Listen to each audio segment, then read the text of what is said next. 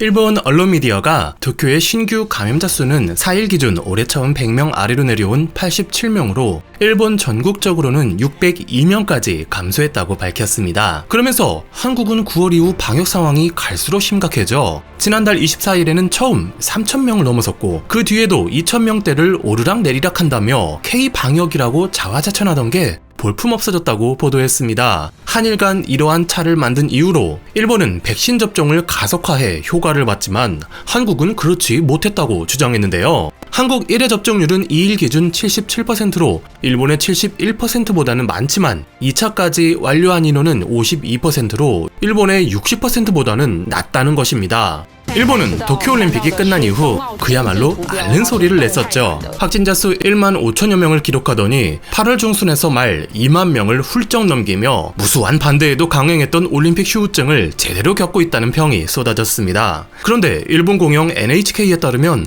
9월부터 숫자가 눈에 띄게 급감하기 시작하더니 10월 들어서는 정말 그 일본이 맞나 싶을 정도로 꽤나 긍정적인 상황을 연출하고 있습니다. 급변된 상황에 전문가들도 놀랍다는 반응을 내놓으며 한국보건복지부에 해당하는 일본 후생성의 전문가 회의 멤버 국제의료복지대 와다 코지 교수는 날씨가 시원해지면서 밀폐된 실내 활동이 줄어든 것과 백신 접종을 마친 인구가 늘어났다는 것이 원인이라 진단했습니다. 그러면서 날이 추워지면 다시 확산될 수 있다는 식의 여지를 남겼는데요. 일본의 상황이 진짜라면 실로 놀라운 것이죠. 무려 단 한 달 만에 2만 명을 넘기던 숫자가 600명대로 줄어들었습니다. 지구상에서 이런 극적인 수치를 보여주는 나라가 또 있을까 싶은데요. 일본에 기발한 방법이 있다면 작년 한국이 드라이브스루 노하우를 제공했던 것처럼 이를 국제사회에 알려 일본의 위상을 드높이는 일도 가능할 것입니다. 현재로선 백신이 해결책인 것은 맞습니다. 하지만 중국발 초기형이나 영국발 알파 때까지 백신에 대한 기대가 높았던 것으로 델타가 확산되면서부터는 돌파 감염 사례가 급격히 늘면서 일본보다 접종률이 높은 국가들도 확진자가 다시 늘고 있는 실정입니다. 올해 초 5,000명대로 떨어뜨렸던 영국도 델타 확산에 8일 기준 4만 명으로 복귀했습니다. 다만 이런 상황에서도 백신의 효능을 무시할 수 없는 것은 확진자 수는 늘어도 중증으로 가는 비율이나 사망자 수는 낮출 수 있다는 것이죠. 영국의 데이터를 보면 확진자 수가 증가함에 따라 중증과 사망자 비율도 느는 것을 볼 수 있지만 작년 비슷한 수의 확진자가 나왔던 시기와 비교해보면 사망자 수가 상당히 낮아졌음을 확인할 수 있습니다. 미국 등 다른 나라도 비슷한 양상을 보이죠. 이런 점에서 일본에 눈여겨볼 데이터가 있습니다. 일본 공영 NH가 내놓은 자료에 따르면 확실히 일본이 주장하는 것처럼 확진자 수가 급감하기는 했으나 사망자 수에는 큰 변화가 보이지 않는 것을 확인할 수 있습니다. 다른 나라들은 확진자 수와 사망자 수가 어느 정도 같이 움직이는 모습을 보여주나 일본은 확진자는 없으나 사망자는 크게 줄지 않는 독특한 상황을 연출하고 있습니다. 게다가 저 사망자 통계는 코로나를 원인으로 하여 사망한 사람들에 대한 것으로 검사도 받지 못하거나 코로나를 걸렸어도 다른 사인으로 사망한 경우는 제외한 수치입니다.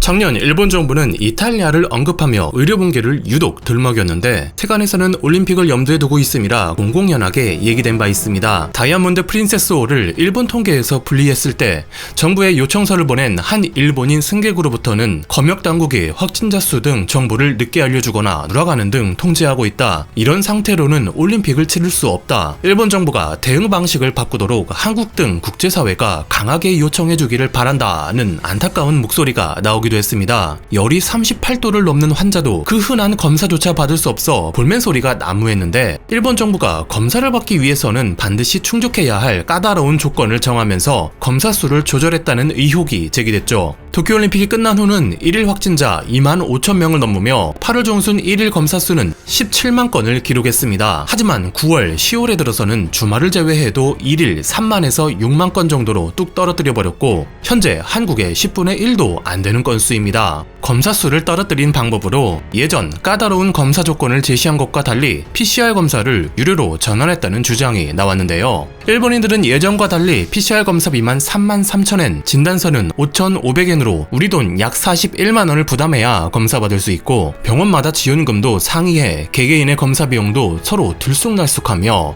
신용카드도 일절 받지 않고 검체가 추출되지 않아 양성인지 음성인지 판정을 내릴 수 없는 경우에도 비용은 지불해야 하는 상황이 됐습니다. 너무나 당연하게도 검사 수가 떨어질 수밖에 없는 환경을 만든 것이죠.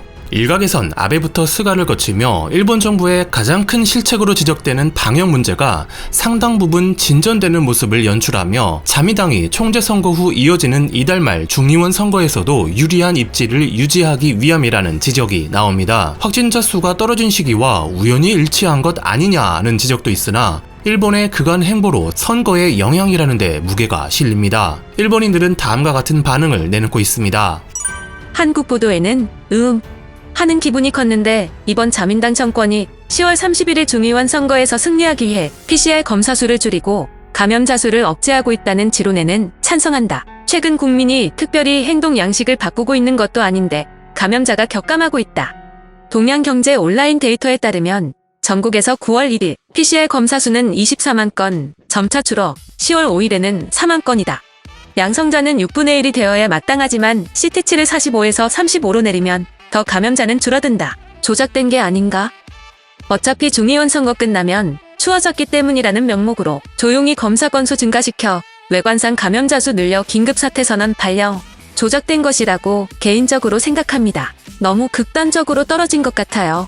10월 말 총선거 앞둔 상황, 총선 이후 급증한다면 분명히 이상하다고 말할 수 있겠죠? 그렇게 될 것 같기도 합니다. 검사 수가 줄고 있다면 검사 수를 늘려야 할 필요가 있다고 말해야 하는 거 아니야? 양성자 수 크게 감소, 하고 검사 수를 살펴보니 지난주 발표 12,098건, 오늘 발표 7,338건, 4,760건 감소? 평일치고는 비정상적으로 적은 검사 수입니다. 오늘 결과만으로 감소 경향이 계속될지 판단할 수 없겠네요. 일본은 정말 선진국인 걸까? 사회가 경직되고 있어. 감염자 수도 감소하고 있는 게 아니라 단지 검사하지 않을 뿐 검사 수 해외 10% 이하. 감염자 감소 요인으로 5개를 들고 있지만 가장 중요한 요인이 빠졌다. 검사 수 대폭 감소.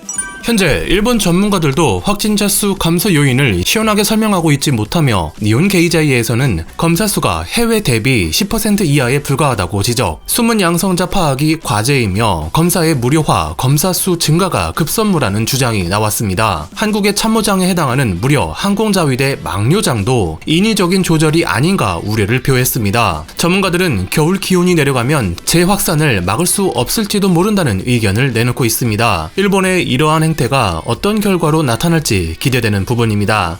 감사합니다. 와트튜브였습니다.